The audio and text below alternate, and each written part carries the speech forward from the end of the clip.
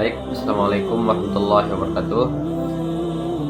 Sebelumnya, perkenalkan nama saya Muhammad Fikri Hidayat. Saya mahasiswa baru dari Prodi Ilmu Komunikasi, dan sekarang saya akan menjelaskan salah satu SDGs atau isu sosial, yaitu ketimpangan sosial.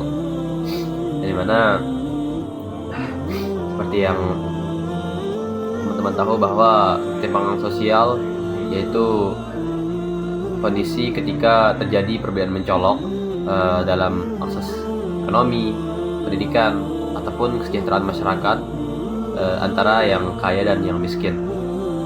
Jadi dampaknya adalah timbul rasa ketidakadilan, konflik sosial, dan melemahnya persaudaraan antar umat. Kemudian solusi Islam terkait dengan masalah ketimpangan sosial ini, yaitu Islam memandang ketimpangan sosial sebagai bentuk ketidakadilan yang harus diperbaiki dengan sistem sosial yang adil dan penuh kasih. Setiap muslim memiliki tanggung jawab untuk membantu sesama dan menegakkan keadilan sosial. Hal ini diperkuat oleh dalil dalam Al-Quran, di mana terdapat dalam surah An-Nahl ayat 90, di mana Allah berfirman yang artinya, sesungguhnya Allah menyuruh kamu untuk berlaku adil dan berbuat kebajikan, memberi kepada kaum kerabat, dan Allah melarang dari perbuatan keji, kemungkaran, dan permusuhan. Kemudian ada juga dalil dari sabda Rasulullah SAW, di mana beliau bersabda, tidaklah beriman salah seorang di antara kalian sampai ia mencintai saudaranya sendiri seperti atau sebagaimana ia mencintai dirinya sendiri. Hadis riwayat Bukhari dan Muslim. Jadi makna dari solusi Islam dalam masalah ketimpangan sosial ini yaitu mendorong terciptanya distribusi kekayaan yang adil, mana ini melalui infak, sedekah, wakaf, ataupun zakat. Jadi ini juga mendorong empati, menumbuhkan persaudaraan dan tanggung jawab sosial dalam kehidupan sehari-hari. Kemudian yang kedua yaitu integrasi profesi, tentunya dalam prodi saya yaitu ilmu komunikasi. Saya selaku mahasiswa atau calon profesional dalam komunikasi tentunya memiliki beberapa sarana untuk mengurangi ketimpangan sosial ini, tentunya melalui kekuatan informasi dan komunikasi publik. Contohnya misalnya menyebarkan pesan edukatif dan inspiratif melalui media massa dan digital untuk meningkatkan kesadaran masyarakat terkait dengan pentingnya solidaritas sosial, zakat, dan keadilan. Dan contoh yang kedua yaitu menjadi komunikator yang beretika.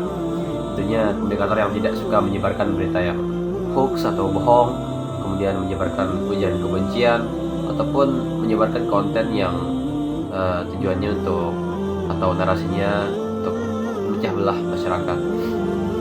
Jadi maksudnya dalam poin integrasi profesi ini yaitu dengan komunikasi yang benar dan beretika Islam, informasi dapat menjadi alat pemberdayaan, bukan alat manipulasi.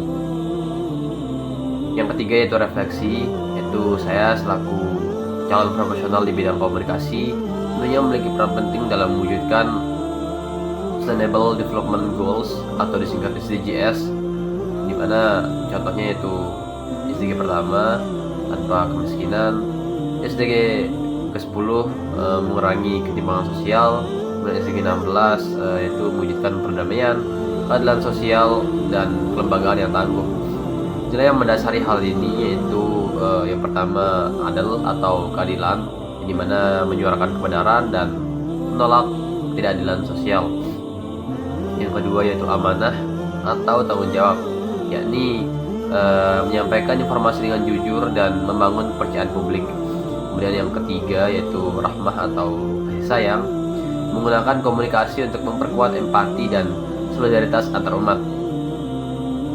Yang terakhir sekaligus kesimpulan yaitu ketimpangan sosial dapat diatasi dengan penerapan nilai keadilan dan kasih sayang sosial atau kasih sayang Islam, serta dengan memanfaatkan keadilan komunikasi untuk menyebarkan kesadaran, memperjuangkan keadilan, dan mengedukasi masyarakat. Komunikator Muslim berperan bukan hanya sebagai penyampai pesan, tapi juga sebagai agen perubahan sosial yang berlandaskan nilai-nilai Islam.